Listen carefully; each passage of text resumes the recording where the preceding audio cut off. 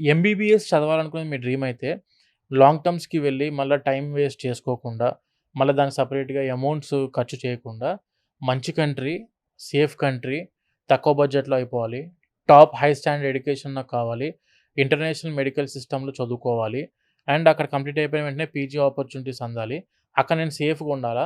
దానికి సంబంధించిన మంచి సంస్థ నుంచి వెళ్ళాలి అనుకుంటే మాత్రం, మా వీసోర్స్ అందుబాటులో ఉంది.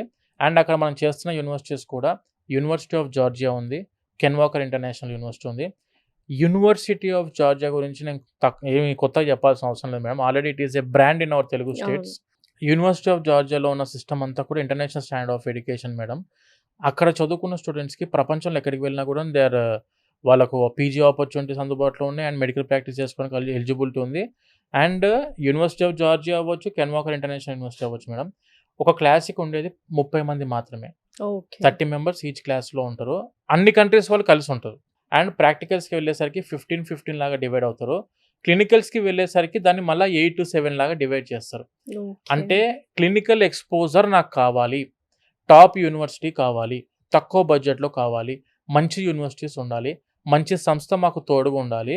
హాస్టల్స్ వాళ్ళే మెయింటైన్ చేస్తుండాలి. మా అమ్మాయి, మా అబ్బాయి యొక్క సేఫ్టీ, సెక్యూరిటీ పూర్తిగా వీళ్ళే బాధ్యత అని నమ్మాలి అనుకుంటే మాత్రం మా వీసోర్స్ 20 సంవత్సరాల నుంచి మేము ఇదే ఎడ్యుకేషన్ ఫీల్డ్‌లో ఉన్నాం.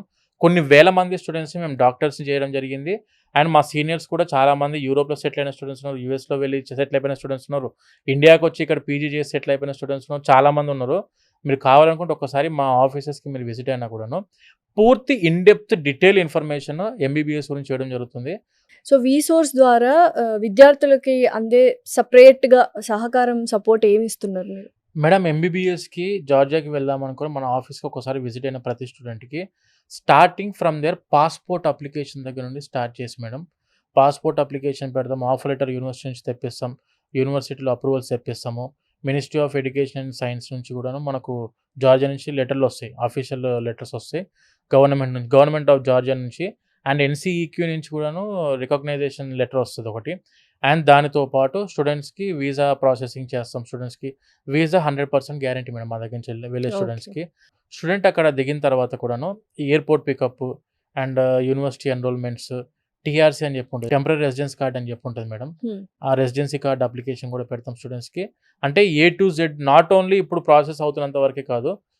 వాళ్ళున్న అక్కడ 6 ఇయర్స్ కూడాను ప్రతీదీ మన వీసోర్స్ సంస్థ అండగా ఉంటది ప్రతి స్టూడెంట్‌కి.